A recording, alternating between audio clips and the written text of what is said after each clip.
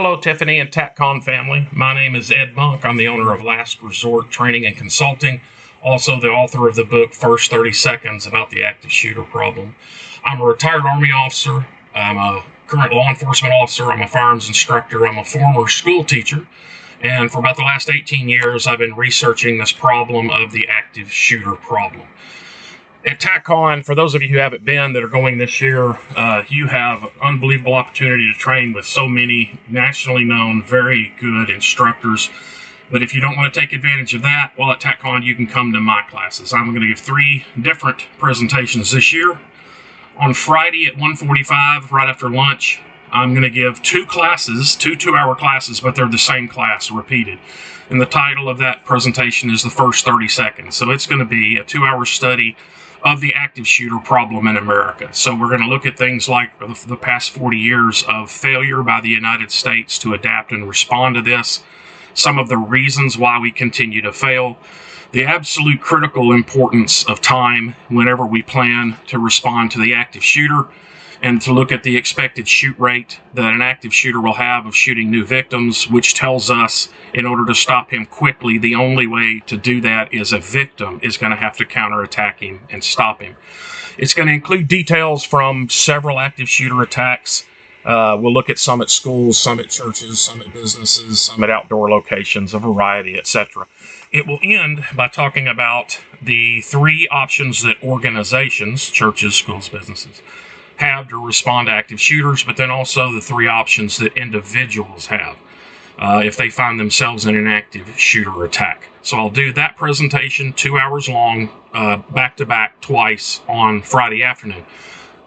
First presentation Saturday afternoon I'll do is a natural follow-on to Friday's presentation. It's a standalone presentation, but it's a natural follow-on because Friday's presentation is going to end by saying every individual has 3 options: fight, flee, or barricade.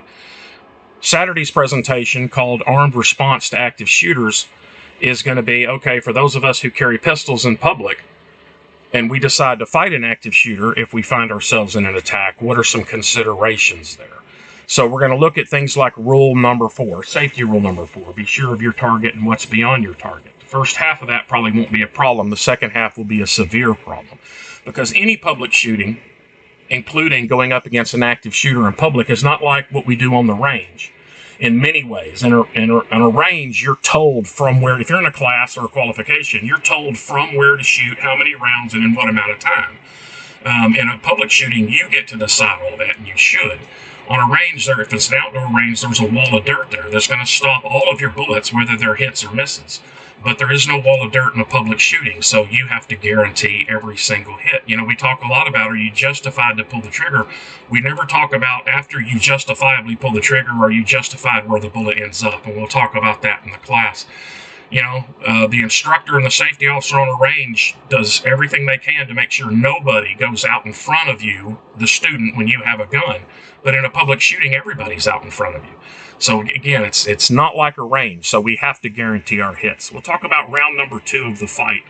Round number 1 is putting your opponent on the ground, shooting your opponent to the ground. Well, often there is round number 2, and we're going to look at many active shooters where they were shot to the ground, but then either kept shooting while they were on the ground or got back up and kept shooting. So congratulations if you win round 1 and put him on the ground, but don't do high fives and call the mayor and ask when your parade is. Get ready for round number 2.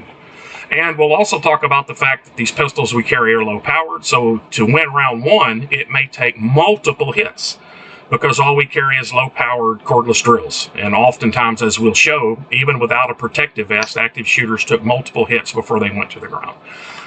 Another big topic we'll talk about is the monkey. The monkey is what we call the stress. The monkey is going to pop up on your shoulder when you get in these public shootings, and you're going to be under a lot of stress. And with the active shooter, that includes the fact that people are getting shot every few seconds. You haven't stopped the active shooter. So there's stress from the beginning, not only for your personal safety, but the fact that you've already failed to save everybody's life, so you need to hurry.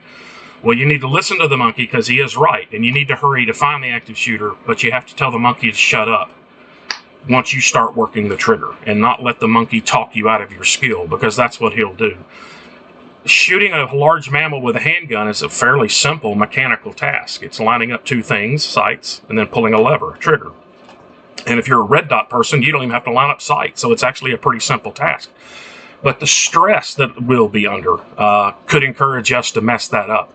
The monkey will talk you out of your skill. He'll cause you to shoot, engage the active shooter much farther than your skill allows you to guarantee your hits, or he'll encourage you to pull the trigger much faster than you should normally pull the trigger to get your hits. And so we'll talk about that and how to include the monkey, that type of stress, in our training. So the first time that we have to deal with it and keep it under control is not when we're in an actual gunfight.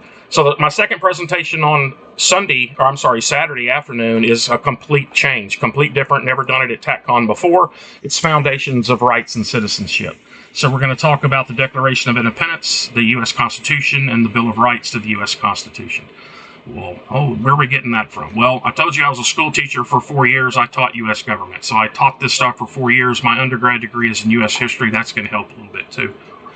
In my life, I've taken the oath to defend the U.S. Constitution 4 times. Once as a West Point cadet, once as an Army officer, once as a deputy in Kentucky, and now as a police officer in Arkansas.